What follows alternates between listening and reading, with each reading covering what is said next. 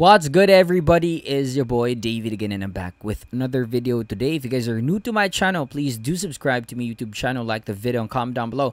So today, magre-react tayo sa dalawang JML performances. Ito yung sa Legazpi City na concert for a cause. So una, we're going to react to I'll Never Love This Way Again, and then On the Wings of Love. Same night to but two videos. So shoutout nga pala sa JML Clips for these videos that I'm going to react. So if hindi kayo naka-react doon, punta kayo sa JML Clips, mag-subscribe kayo doon. I mean, if hindi kayo nakapag-subscribe doon, go to that channel sa JML Clips and subscribe. Okay? Kasi marami silang pinopost. I think most of the JML performances makikita nyo doon. Regardless if it's the official like on TV or like the out of town concerts, invitations, most of their performances ay makikita nyo dun. So go check it out and shout out to the channel JML Clips. So yeah, and follow me on my Facebook, TikTok, and on Instagram. So with no further ado, let's jump right into the video. So first, I'll Never Love This Way Again. I'll never love this way again. Okay, let's go.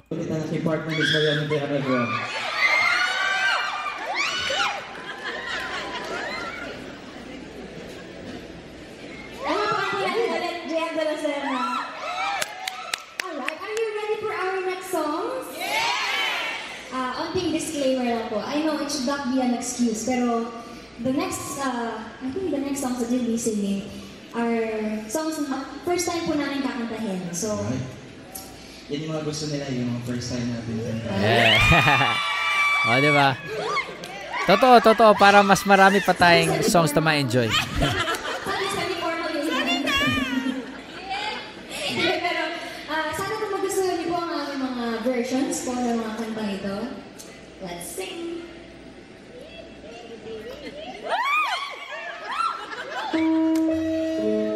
If I'm not mistaken, di ba? I know I'll never love this way again. Di ba ganun yan? Sarah Geronimo to eh. If hindi ako nagkakamali. Or at least, piece ni Sarah to. No?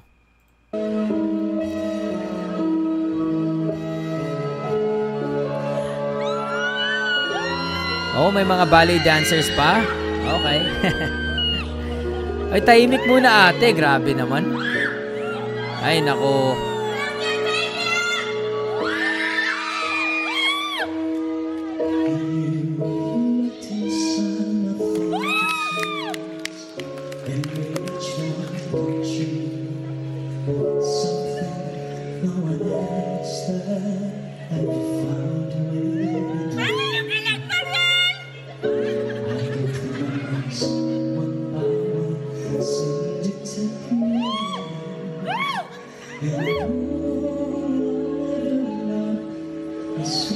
Okay, eto alam ko nakikinood lang ako sa video na to, but to be very honest it's kind of annoying. 'Di ba sinabi ko na to sa isang reaction video ko na ginawa for JML na talagang yung concert ata, it was their first concert, no? Yung first concert nila.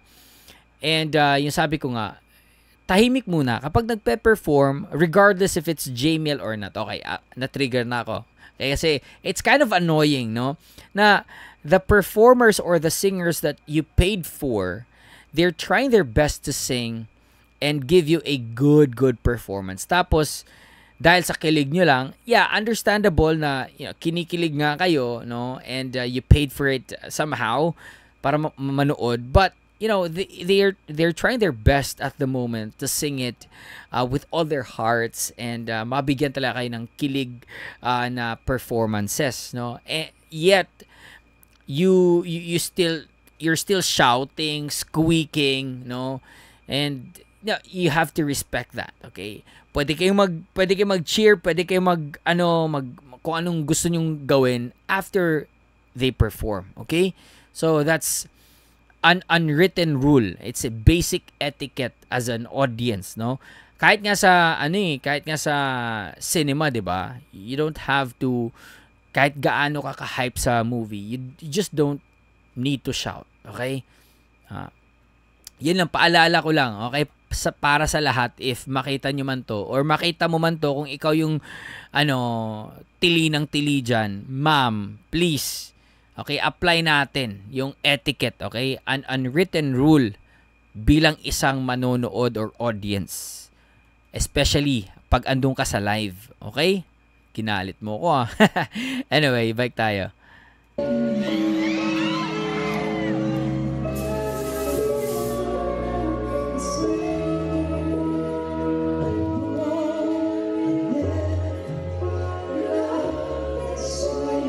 Oh, mala Eric Santos yung atake niya eh.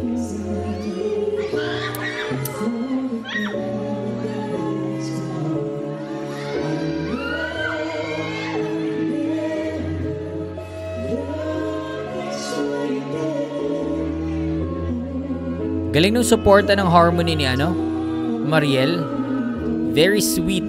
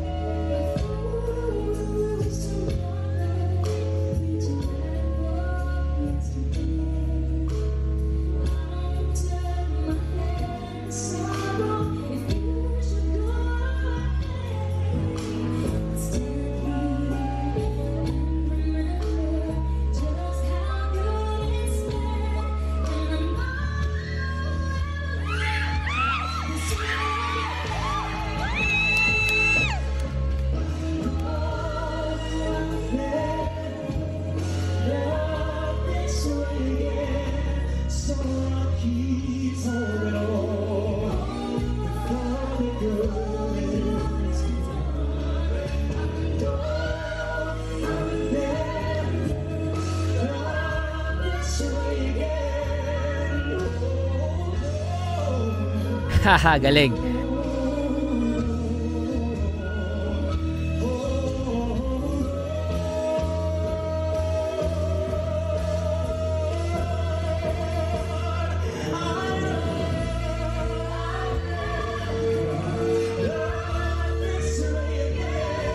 Power.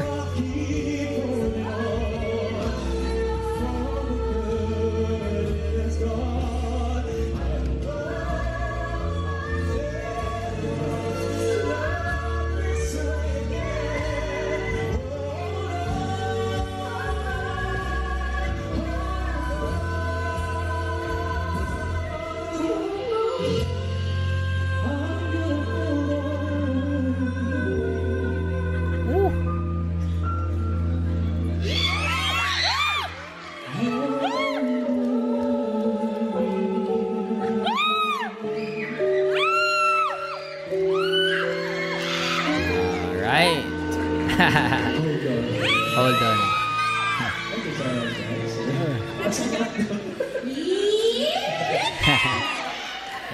Okay. For some reason, sinabi ko na to paulit-ulit, sabi, my opinion about individually yung vocal sila, they have their own style, own character ng boses, and own strengths as well, no?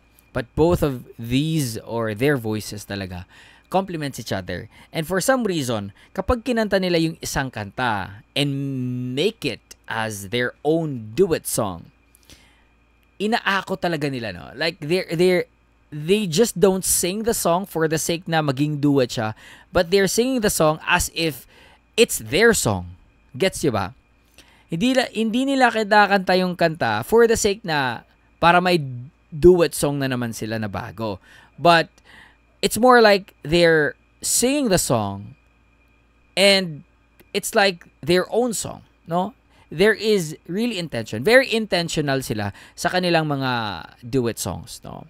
They intend to sing it as if it's their own song. Okay, gets you ba? I hope you get it.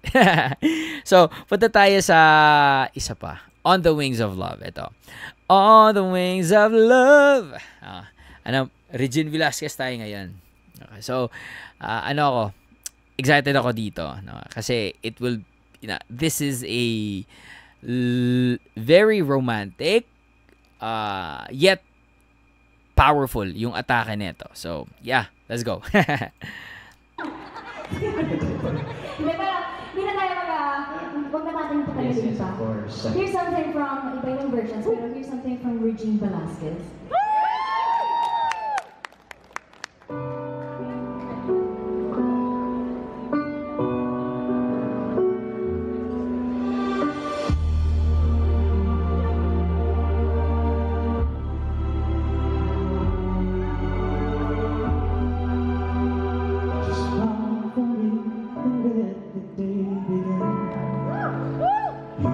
Great start.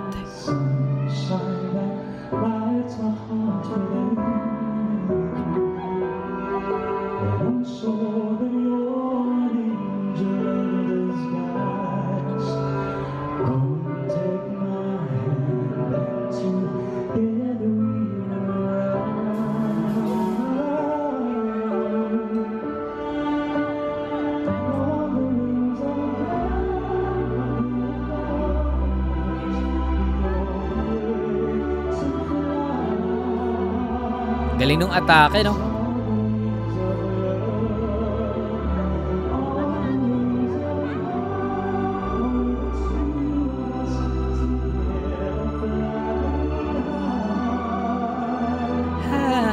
Nice.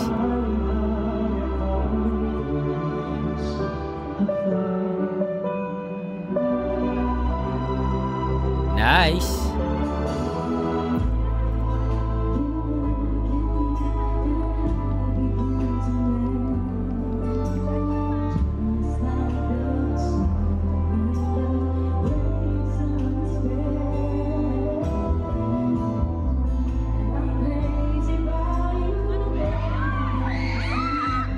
O, kanilig kayo.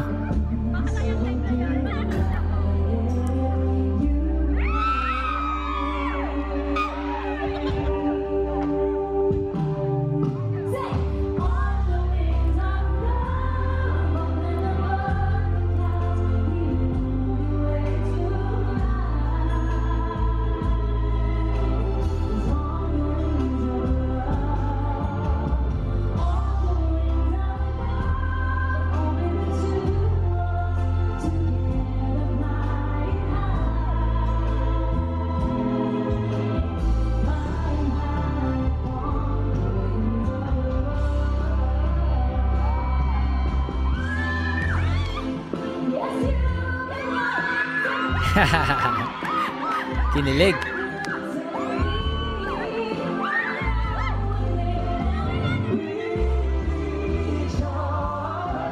Nice support.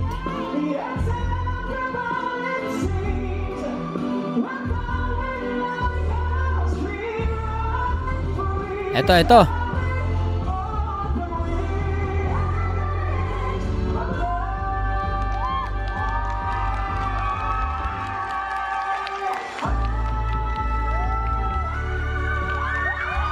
What? Ang galing naman ng delivery na yon.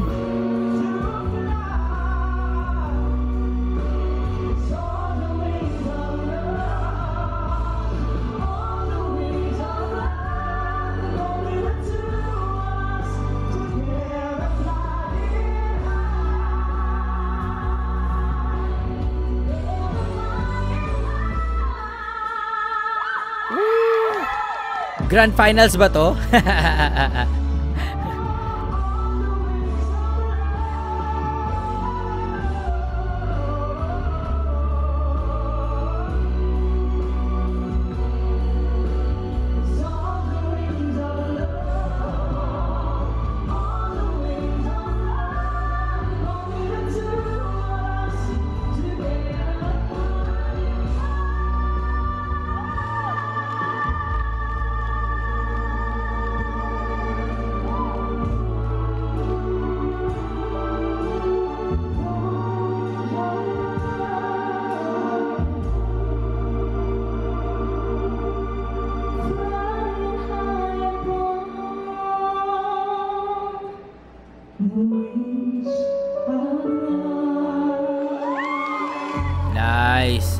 Beautiful.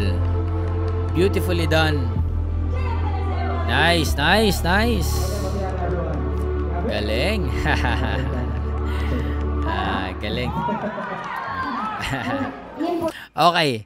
Eto, the first performance, yung I'll Never Love This Way Again, it was actually kind of, ano lang siya, chill. Hindi masyadong kargado ng kung ano-anong mga power notes or power belting na mga notes. It was very mostly like chill, okay, sa performance na yon, and the harmony, the support, it was really good, no? Talagang very sweet, okay. Kaya nga tilining-tali yung nanonood, 'di ba? Na hindi makapagpigil kasi it was more of the kilig song. But this one, On the Wings of Love, parang I just felt like parang sumali sila ulit sa Tawag ng Tanghalan. And eto, sasabihin ko to with all the confidence na I have. If ever man sumali to ulit sila, if ever lang okay, if they were to again join a singing competition for duos like Tawag na Tanghalan, ano yung version, ano na yun, yung season na yun, basta yung duo, I think they are still unbeatable. Unbeatable pa rin sila. Perfectly matched, and you just can't deny their chemistry on stage. No, you just can't deny the kiligness, the kilig energy that they bring. Okay, that they bring to every performance na meron sila. Okay, so still unbeatable yung Jamiel dyan. Okay, so anyway, that's it, and hope you guys enjoy the one. Peace out, everybody. Much love. Stay safe, and God bless you all. Peace.